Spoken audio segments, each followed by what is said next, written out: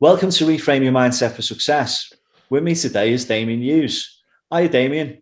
Hiya, Paul. How are you, mate? You all right? I'm good, good, good. What have you been up to this week? It's been a nice, gentle start to the year, to be honest. Christmas was pretty full on. So I've been doing quite a lot of work in preparation. I work on a podcast series myself, and we've got quite a few guests coming up over the next few weeks. So one of my passions is just doing the reading and the research for it. So I've been quite busy with that. Yeah, and that's the High Performance Podcast. It's been going exceptionally well, hasn't it? I mean, some of the guests are just fantastic. Yeah, we've been really lucky that we started it nearly 2 years ago now, and it was around the start of lockdown, which obviously wasn't intentional. But yeah, I think that actually helped us because people had more time when they were going out for their hours walk a day or whatever. They would stick a podcast on and listen to it. And you're right, we were lucky. We had some brilliant guests on that came along and were really open and candid and really practical with their ideas. So yeah, it seems to have snowballed a little bit in the 2 years since we launched it. And I think, last time that we caught up was back in 2019. And I Yeah, remember seeing you doing a keynote talk at the time. And we'd caught up over the years anyway in different organizations, different yeah. forms. And the world has changed a lot, hasn't it? So, you think from 2019 to where we are today, as you just said, you mentioned lockdown. How did you find that yourself? How did you find going through what everybody else has experienced at the same time? How's that been for you? Yeah, I mean, you're right. It's changed an awful lot. I actually found lockdown a bit of a blessing, if I'm honest, Paul. That Yeah. I'd sort of had a really frenetic and full on, say, three years before that. And at the end of 2019, I'd been away in Japan for a bit of a prolonged spell, and I came home and I knew I was close to burnout. I was exhausted, and I was really um, worried about myself. And I'd said to my wife, I had some commitments in the diary up until March, and I said to my wife, I want to fulfill my commitments, and then I need a break. I need to have a long, prolonged break just to recharge and refresh and have a bit of thinking time.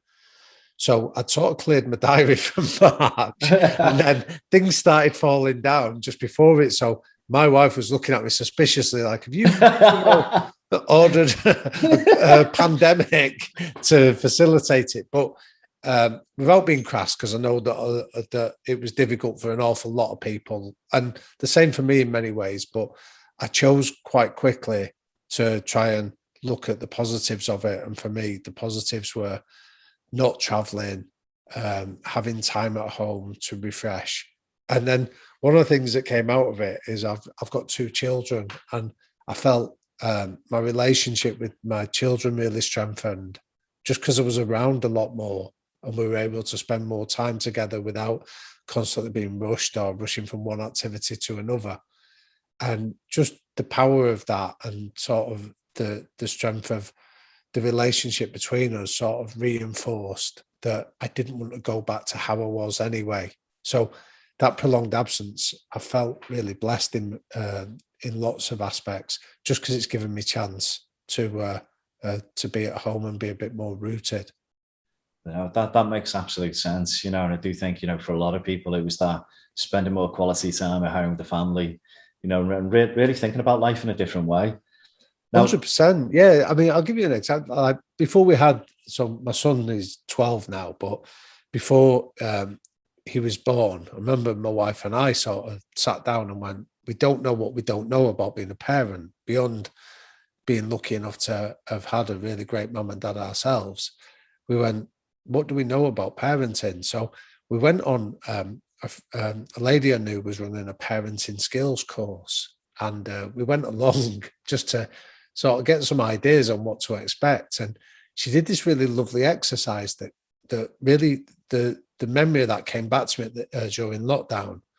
But the exercise she did was she asked us all in groups to write down the best memories we had of our childhoods and just go away in groups. And everyone was writing down different activities, and then you came back and presented it. And she asked us to identify some of the common threads, and people were talking about, being in the park, but or kicking a ball around or going to football matches or whatever it was. But the two threads that came out of it was, one of them was that most of the activities we were describing didn't cost anything. It was like being out in the park, going out for a walk. And the second thing was that at least one of your parents was present and was there with you. And at the start, and it was a brilliant exercise when we did it 12 years ago. But when lockdown came, I was reminded of it really starkly and went, right, you can't go out and do anything too outlandish. So it's about going to the park with the kids and playing like rounders, or, you know what I mean? Like just pushing them on the swings and things like that. Yeah. But actually being with them, and those two factors really came back to me. And again, it's almost like the simplicity of life that lockdown forced on all of us, that you go, how much have we complicated things? How much have we sort of trying to do big set piece things with the kids, when actually the reality is they don't want to go on. I mean, I'm not saying they don't want to go on nice holidays or go to nice places, but the reality is all they want is your time and attention. Yeah, no, so totally agree. That time and attention and actually being there, isn't it? 100%. Being present. It's so easy in the world that we used to live in to, be away with work or be busy with work. And now actually sometimes just actually being at home, it is just a massive plus when it comes to children. Yeah, definitely. Yeah, I 100% agree with you, Paul. I think, I know it's been difficult. And like I say, I don't mean always to be crass for anyone listening to this that go, actually, I found lockdown really hard. I have as well. I'm not presenting it as a utopia, but I think when you try and look for the positives, look for the green shoots in it, you can find them there. Yeah, absolutely, definitely. So I always start the podcast with your story, Damian. So, in your words, how would you describe your story? So, well, if I start, I think it's a brilliant place to start any conversation with. So I appreciate you asking me. Somebody's origin story is always interesting. I'm a Manchester lad. My background is a little bit unusual. That I grew up in a boxing gym.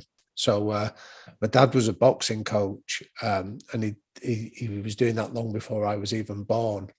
And anyone that's listening to this might have a sort of image of what a inner city boxing club looks like, and where I grew up conformed to many of those sort of perceptions. So it was in an area of Manchester called Moston, which a few years ago, the general area was categorised as being one of Europe's third poorest districts. And the reason I mention that is it gives people an idea of some of the social deprivation that follows, like high unemployment, gangs, drugs, those kind of difficulties. Yeah. But the part of the reason I mention it is that the boxing club was a real community hub. It was almost like an oasis in a quite difficult environment, and that origin sort of shaped the nature of the work that I do today. So I was around high performance from as far back as I can remember. So I was around guys that were going off to Olympic Games. I was around guys that were boxing for world titles. So I was around the sort of demands of what high performance in any discipline looks like. And I often say that shaped a lot of my passion for working in the shadows. So I wasn't ever blinded by the bright lights of a big occasion. I was more fascinated by what took place in the months that preceded it. But the other thing that really sort of stood out from that was the power of culture. So again, a lot of the work that I do now is about working with organisations looking to create high-performing cultures. And what I found is that in this environment, as I say, give you some context of the sort of where it was based, but people came there because they wanted to feel welcome, they wanted to feel valued, they wanted to feel that they had a place that they were belonged and respected. Yeah. And I'll give you a nice sort of coda to the story, but a few years ago, Manchester Council named a road in tribute to my dad because of the nature of the work that he'd done in the area. And on the day we did it, on the day that it was unveiled, we had about 300 people turn up. It was really cold, bitterly January afternoon. And like Andy Burnham, the mayor, came along to unveil it. And I remember being stood there with my brothers and my sister and looking around. And I'd say I estimated about 80% of the people that came along that day had never set foot in a boxing ring. And the reason I mentioned that is that the boxing club wasn't about boxing. It was people came along and talked about the impact that being in an environment where they were respected and they felt they were valued and they could truly belong, the impact that had had on them as parents, as partners, as professionals, and in all other aspects of life, showed me how powerful culture could be as well. So that was very much my background of where I grew up. And you know, we often say that we don't do research at university, we do me-search. And I often feel that I can trace a lot of my passions back to those origins, as I'm sure lots of your other guests are the same.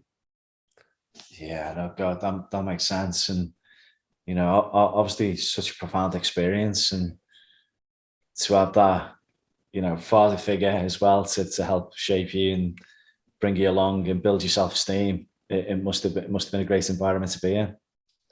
Yeah, it was. That like my first job. I mean, there's so many things that I look back at now as an adult, and I go, right, yeah, I understand why why that is. So, like the first job I ever had, I'll tell you a funny story. But the first job I ever, so I used to go along with my dad, and I'd sort of carry the spit bucket, or like when they were in the dressing room for the fights. I used to love, because I'd seen these guys doing all the preparation in the months leading up to it. I used to love going along and being in the dressing room and watching them get ready for it before they go out and hopefully execute what they've been planning. And I remember once I was at the GMEX Centre in Manchester, and we were in the dressing room, and there was a boxing promoter called Mickey Duff that came down, and basically the ring card girls had let him down. So the girls are getting in the ring in between rounds and sort of showed off what round it was coming up next. They hadn't turned up, and he was in a panic. And that was my first ever job, being the ring card girl. So so he came along, and he my dad negotiated on my behalf, and I think he got something like 20 quid to do the whole evening's bill, where I'd have to scramble in the ring in between when the bell had gone and walk around. And I tell you what, like, it was a seminal experience at 14 years of age, having 7,000 people stand up and boo you. Disappointment that they'd expected some glamorous looking girl getting in, and then they saw a 14-year-old scrote like me scrambling in. I do, as an adult, I can appreciate the disappointment, but so things like that were just really rich. Do you know what I mean? I feel incredibly lucky to have been around experiences like that. And you know, I'm really privileged to be able to pass on some of those lessons to my own children as well. Did you ever try out the boxing yourself? I did. Yeah. So it almost was unavoidable that we were going to get in the boxing ring. So I've got two brothers and a sister. So the boys got in the ring, and I'll tell you, I had a book come out just before Christmas about the podcast, and in the introduction we had to write a little bit about our background. So I've done it with my friend Jake, so he wrote about his, and then the publisher was saying, you need to tell a story about your origins and things like that. So I put this story in, and they were like, oh, we like that. And I think part of it was because it's a story about me getting my comeuppance in a boxing ring. But the story I wrote, and again, it's all about sort of these seminal influences, but I was about 13 and I'd been sparring since I was little. And I was in the ring with a kid, and it was obvious in the first couple of seconds we were overmatched. And what that means is that I was better than him. And in that situation, in a proper learning environment, when you're in a situation like that, you then sort of slow down, you go at their pace, and you almost coach them. So you're almost saying to them, right, you throw this punch and I'll slip this. Yeah. But I was a 13-year-old idiot and didn't. And I sort of took advantage of being superior. So I took a liberty or two with the kid, and, you know, threw big shots at him and kept slipping and making it, and was pretty unpleasant, really. And the story is that as I was getting out of the ring, my dad come over and he went, he said, "Where are you going?" I said, "I've finished sparring." He said, "You've not done a workout there." He said, "Stay in the ring." And as he did so, he signalled to a young professional boxer to step in in between the ropes with me. And what this guy did for the next 10 minutes was just humiliate me. So he didn't hurt me, but he just slipped every punch I threw. He sort of kept jabbing my head back, and he just made me look an idiot. And I was aware as this was happening that the whole gym had stopped to watch me get served up a slice of humble pie. Oh no! But the experience was really quite profound, because as I was getting out of the ring, and I remember sort of choking back the tears of humiliation, and my dad came over and he said, "How do you feel?" And I couldn't speak properly because I thought, if I do, I'm going to cry. And he just said to me quietly, he said, "How you feel now is exactly how you made that lad feel just before you." And he said, "Don't ever, ever, ever bully anybody again." And wow. I'm telling that story sort of 30 odd years later, but but the message is like, it still makes the hairs on the back of my neck stand up. I still squirm a little bit of embarrassment at it. But actually, it was really seminal, because even now as an adult, I think, if you're ever in a position of where you see people being bullying or unpleasant, I go straight back there in my mind and always sort of remind myself that being kind, being decent, having a bit of humility is a far more effective way of conducting your life than behaving like a dick, like I did. Yeah, I mean, absolutely, such a profound experience that you carried with you, and as you say, it's nice to be nice, isn't it? And especially, it's kind of what we've been talking about with lockdown and the pandemic. If it's taught us one thing, it's to be a lot kinder and a lot gentler on 100%. people. Well, I mean, that it's an interesting one, but I saw, again, one of the things that I decided in lockdown was I just came off social media, because it was like, this isn't a world where kindness or being decent or things like that is necessarily respected. And when we started the High Performance podcast, you get people coming in with comments, and often it wasn't constructive comments. It was just like, "You're a wanker." He's like, we did an interview, say, for example, with the footballer Sol Campbell, and people were copying us in to messages like they were just vile. I was like looking at it, like reading it, thinking, this is just like deeply, deeply unpleasant. And I was telling my wife about it, and she said, "Well, you've got two choices. You either just toughen up and accept that that's the way it is, or remove yourself from the conversation." And I went, "You know what? I want to remove myself from the conversation. I'm not going to engage. I'm not going to put myself out there where somebody has the opportunity of being vile to you and there's no consequences of it." Yeah, it makes complete sense. And you're quite right. The social media, it's a plethora, isn't it, of responses in some respects, and how you choose to respond to them. My viewpoint is, with the lockdown, is that it's just, if anything, it should have taught us to be kinder, to be nicer, with people, if you weren't already doing it, as it is. But so social media, sometimes people just take it to a completely different level, don't they? The trolls and those type of comments. But as you say, removing yourself from that, it can only be a good thing. Oh, absolutely. I'm not saying that that's the same for everybody or their experience. I'm certainly not advocating that everybody should do that. But I just thought, from my point of view, that I went back to that experience in the boxing ring and just thought, some of the responses on there are the equivalent of what I did to that kid that day. And it was just like, I don't want to be around. Like, I was made aware of the consequences of my actions pretty quickly. Whereas I think for a lot of people, it's like that old Mike Tyson quote, that social media has made a lot of people comfortable disrespecting others without getting a smack in the mouth as a consequence.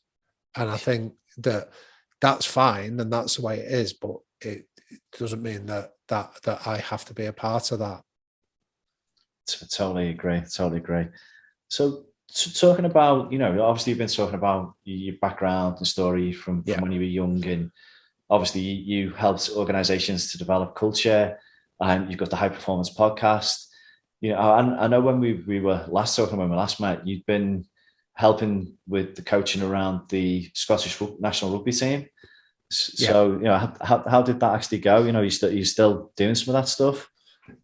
Yeah, I loved it. So I did a 4-year cycle with them. So the cycle was to take them up to the World Cup in Japan. So I worked with the coaches there for 4 years and met some brilliant people. Had a lot of fun doing it as well. That was helping them almost establish a high performance culture.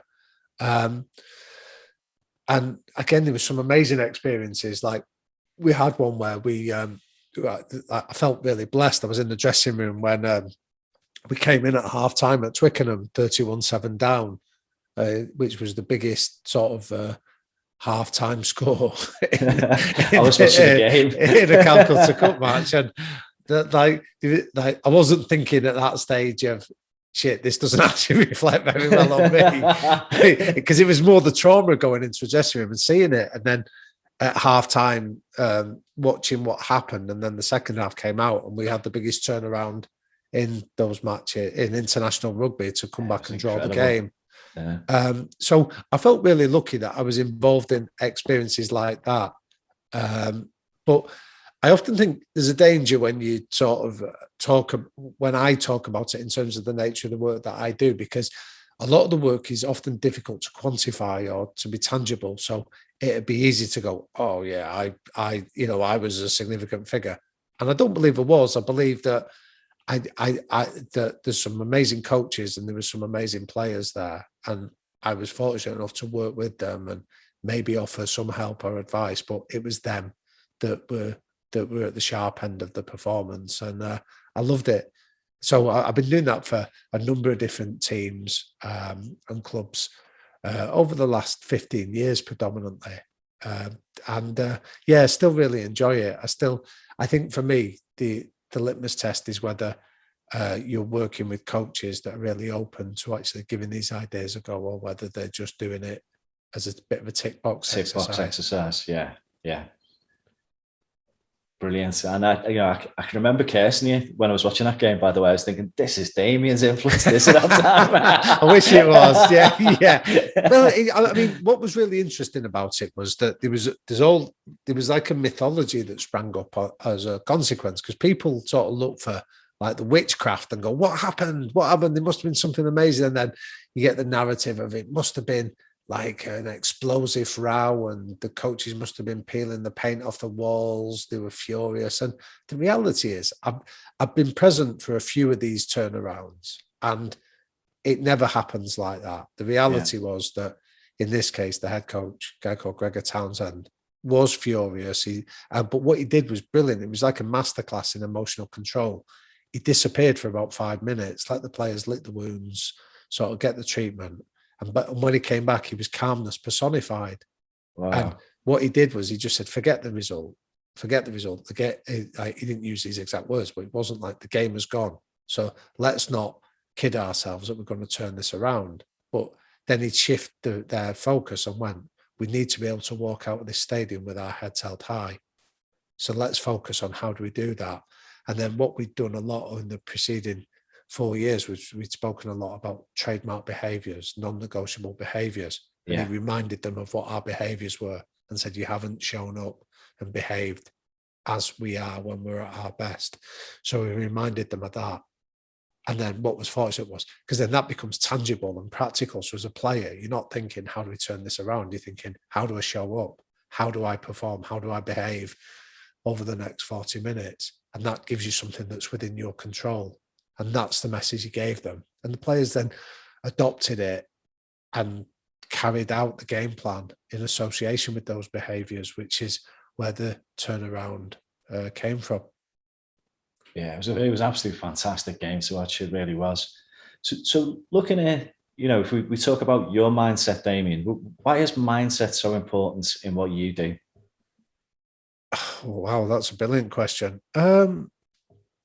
Mindset's important in anything. That if I can reference the book that we've just come out, this high performance book, the reason that I'm mentioning that is because I've just immersed myself for the last 2 years in writing it. So we've interviewed sort of over 75 high performers in sport, business, and the arts, and then tried to distill it. And what we found is, if you think of it like Russian dolls, there's almost three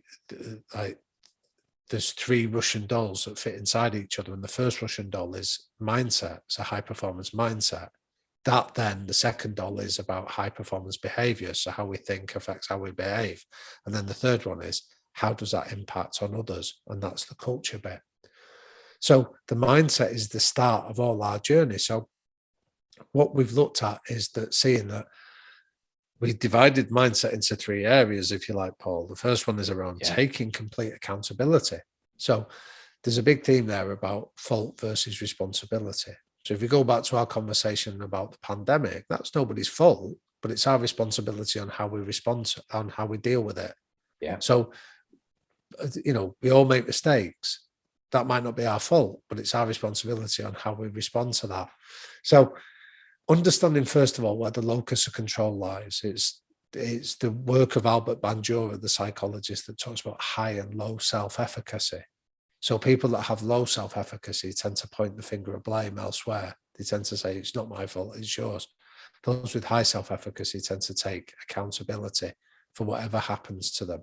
And what all the evidence in the last 80 years on that field tells us is that people tend to be better performing, they tend to be happier, they tend to have better mental health when they have higher levels of self-efficacy. So there's word that says, look at the 3 Ps on that. When something goes wrong, the 3 Ps says, you make it personal. Oh, they don't like me. We make it permanent. This is all the time. This always happens. And then we make it pervasive. Nobody's any good at this. Nobody ever buys from me. Whereas if you change that language, how you improve self-efficacy is you start talking about, you make it external. So it's a set of circumstances you have to deal with. It's not about your competency. You make it specific. I've been rejected the last 2 times rather than all the time. And the third one is you make it temporary. So you break it down into these areas. High self-efficacy is around the mindset that it's effectively around about accountability. Then we next look at, in terms of having a level of emotional control. So then it's around our emotional control. How do we cope when we come under pressure? So if we're going to push ourselves out of our comfort zone, by definition, that implies we're going to come under pressure.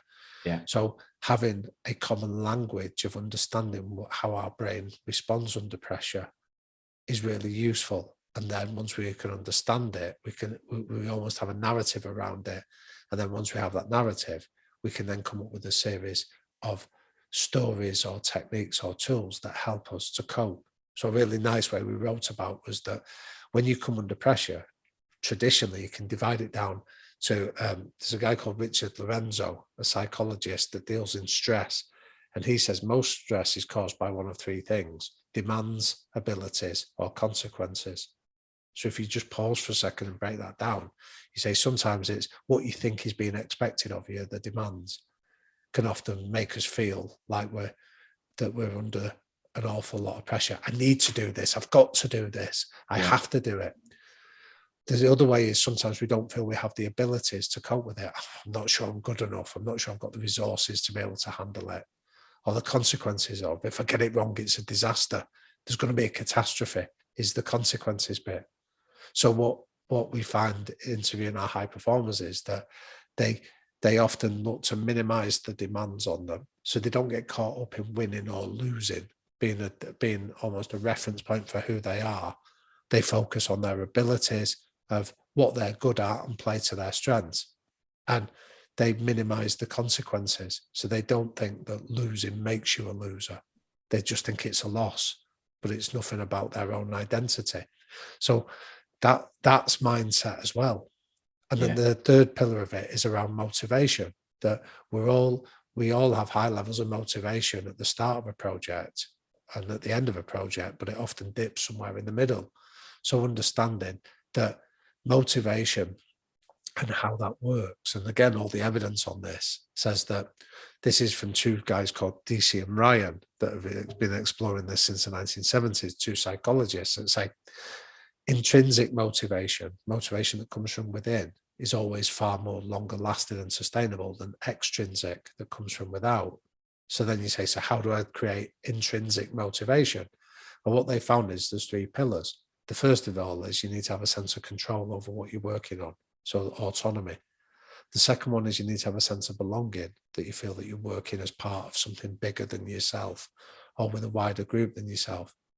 And then the third element of that then is about, you have to be playing to your strengths. You have to work on something that is a natural strength for you, that's a competence. So if you think about, say, people that might be wanting to lose weight at the start of a year, you say, well, you need to understand, first of all, have you set your own weight targets, or have you ever it imposed on you?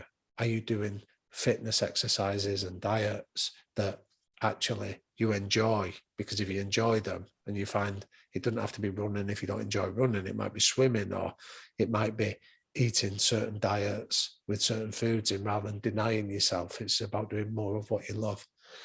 And then it's about surrounding yourself with people that are also on a similar journey, or appreciate the journey you're on and can offer you encouragement. So that's mindset as well. So I think to answer your question, I'm giving you a long-winded answer. Yeah, that's okay. Apologies for waffling. But I think the point I'd make is that mindset is quite an abstract term. Oh yeah, they've got the right mindset, but it's not something you're born with or without. It's something that can be developed by breaking it down into its component parts and saying, is it about motivation? If it's about motivation, let's look at what that means. Is it about self-efficacy? If it's self-efficacy and responsibility, let's have a look at how we develop it. Is it about emotional control? If it is, let's work out how we become better. So I think mindset is almost the umbrella term, but there's an awful lot of detail that goes underneath it. Makes complete sense. So this is great explanation. You went waffling, by the way, so brilliant. On the basis of, obviously the career you've had, and the studies and research that you've done, and you being you day to day, how would you describe your mindset? Oh wow, okay.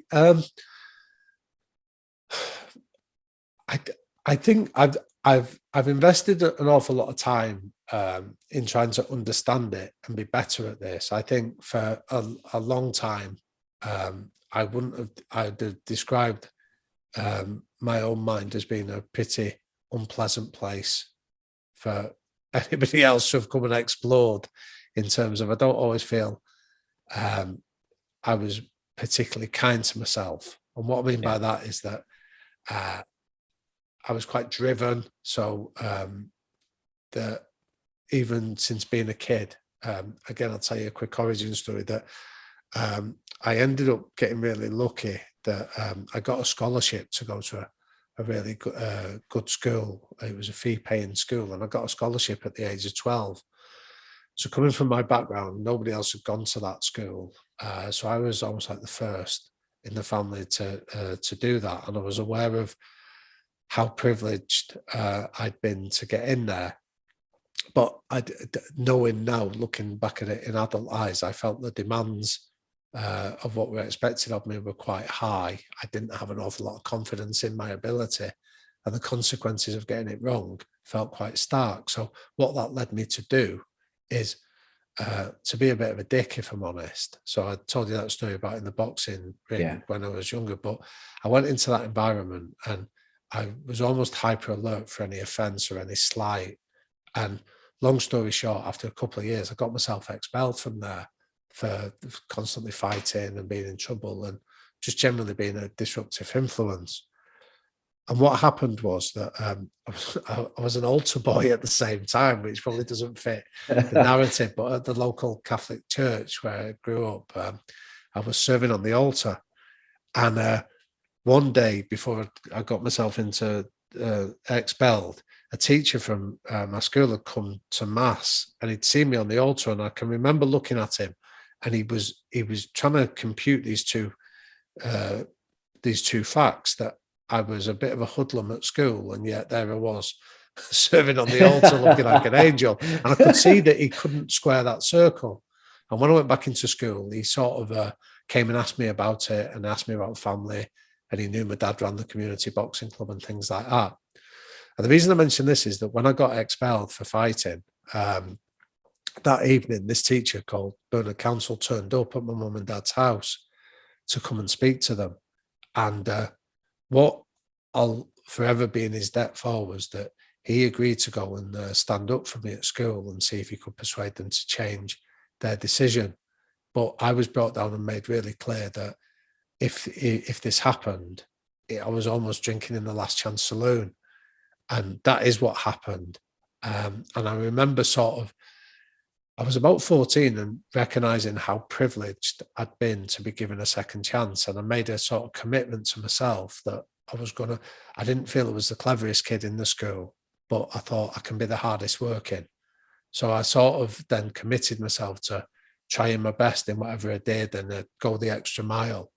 And I think what that led in adulthood was to sort of never give myself a break, never allow myself. So I think like some of the narrative that was going on in my mind for a long time was that if I was exhausted, I'd go, just man up, stop moaning, get on with it. And I kept pushing myself. And long story short, I sort of got myself, I had a couple of warning shots. I got seriously ill on two occasions where on both occasions I was taken into hospital with a serious illness, which was meningitis. And that was a bit of a catalyst, along with my son being born, to ask myself, how would I feel if somebody spoke to my son in the way that I was speaking to myself? And the reality was, it left me horrified that somebody would be so uncaring or just so relentless and remorseless with him. And when he was young enough, I remember thinking to myself that one of the lessons that I often teach, whether it's at university or in working with teams, is that we don't follow hypocrites. We're hardwired not to follow hypocrites, to spot people that talk a good game and don't back it up themselves. I remember thinking to myself, I can't tell my son that he's got to be kind and gentle and understanding with himself if I'm not role modeling that behavior. Yeah. So to answer you, again, it's a long-winded answer to your question, but I've invested an awful lot of time over the last 5 years, I'd say, trying to be a lot kinder to myself and a lot more understanding. So, I mean, I've had my fair share of cock-ups and disasters and mistakes in that time. But I think if that would have happened prior to me trying to role model these behaviours better, I think I'd have been in a lot darker place for a lot longer. Whereas today, I try and sort of just say, you know what, you made a mistake. You didn't do it intentionally. There's a wider context to it. And so when I gave you the example before about social media, just come off that world. Because if you're not on it, you don't have to get caught up in that kind of unpleasantness. It makes complete sense. And I think that's a good practical tip for anybody listening, just around mindset is to be a lot kinder on yourself. A lot of the time we talk about being kind to others, but you've got to be kind to yourself as well, haven't you? Oh, well, it's that I don't believe, my belief on this is that I don't believe that you have the capacity to be kind to others consistently if you're not being kind to yourself. I think that when you start, and it sounds quite selfish to say you have to start with yourself, but I don't think it is. I think when you're kind to yourself, you can see other people that are maybe struggling or falling or failing, and you don't seek to demonize them and say, you're a dickhead, you're shit, you're this or that. You go, you know what, you've given it a go. So it's like, I say this to my wife sometimes when we go out, like if we take the kids out, you might go for a walk and you might go to a cafe at the end of it and get a cup of tea. And it never failed. I never fail to acknowledge this is somebody's dream. This cafe started off in somebody's head as a dream. Yeah.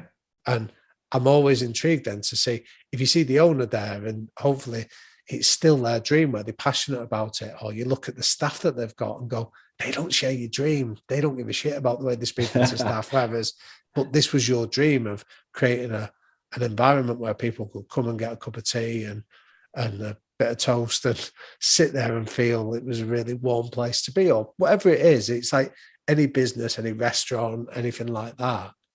somebody's dream. And I think when you see them struggling or going through difficulties, I think when you're kind to yourself, that then gives you the capacity to become kind to them and give them feedback or tell them what they're doing well. No, once again, makes complete sense.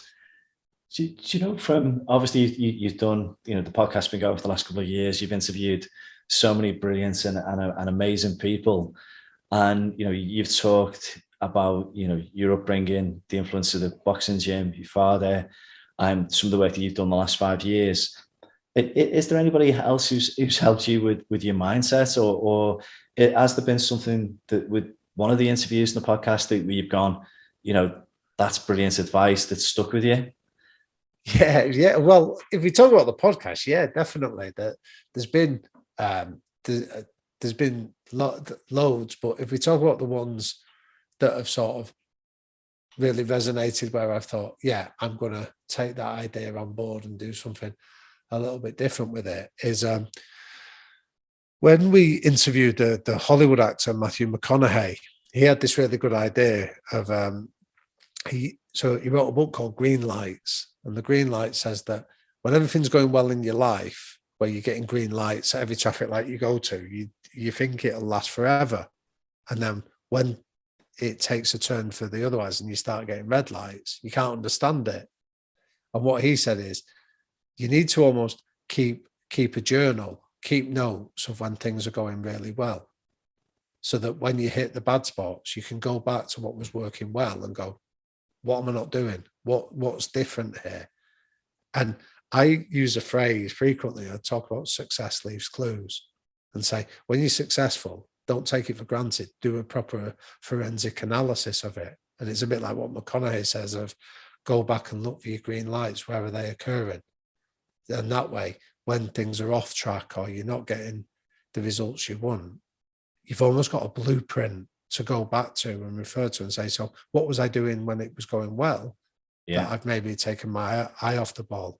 And you'll often find it can be something quite simple. It might be a bit of self-care. It might be about giving yourself a bit of time to stop and think. It might just be about having rest time. Things like that are stuff that when I've gone back to my journals and looked at them, I've realized that when I'm struggling a bit, I can often find the clues at the times when things were going well. So for a really simple tip, that really resonated with me. That's brilliant. Great advice as well. It's such a great book as well by Matthew. Just to conclude, then, just a couple of things I normally close off with, and one of them is, I know you've shared some funny stories already, but I normally finish with a funny story, either through your career. It might have been the podcast recently. Does anything come to mind from a story perspective from your exploits? A story from that's happened to me. That might be funny in some respects, right. Sorry for misunderstanding.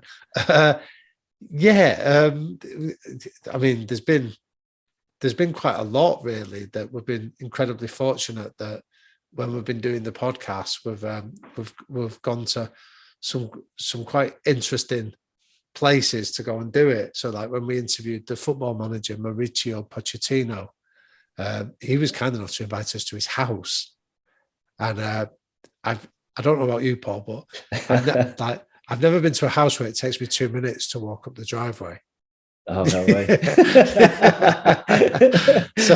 so things like that sort of, it's not particularly funny, but it sort of just leaves me feeling really blessed and really surreal and really fortunate. Clive Woodward did the same, like come to my house and we sat in his back garden and I'm sat there thinking, wow, like, how have we ended up here? But there's been the one that always sort of I'll share with you was we interviewed a guy called Dylan Hartley, who was a former England rugby union captain. Yeah. And when he walked into the room, his opening introduction to me was, he said, I've met loads of people like you. He said, I've chewed them up and I've spat them out. I remember looking at Jake and going, this will be interesting. And so you probably got an image of him on the basis of that, and yet he couldn't have been more different. And I think what he was doing was he was testing. It was almost his way of testing you. See, like see what you've got. And then the reality was when we sat down with him, he was lovely, he was kind, he was considerate, he was really open and fun. But I suppose that was a moment of thinking, I'm not in Kansas anymore, Dorothy. It's like, I remember thinking, right, you need to, like, don't think that you can just cruise through this. You need to be on your mettle, which, again, I don't know how funny that is, but it was an insight for me. Brilliant. So one last piece of advice to finish off then, Damian, what would it be? Be kind. And I know that loads of people sort of put messages like that out there frequently, but I think hopefully the conversation we had a little bit earlier on, Paul, explains why. I think when you're kind, you have the ability to be kind to others. Brilliant. Well, thank you for coming on the podcast. I really appreciate it. I mean, talking about podcasts, yours is the #1 podcast out there. So it's been exceptional. The book that you've got out, High Performance, Lessons from the Best on Becoming Your Best with Jake Humphrey. It's brilliant. So I do recommend that to everybody out there as well. So thank you, Damian.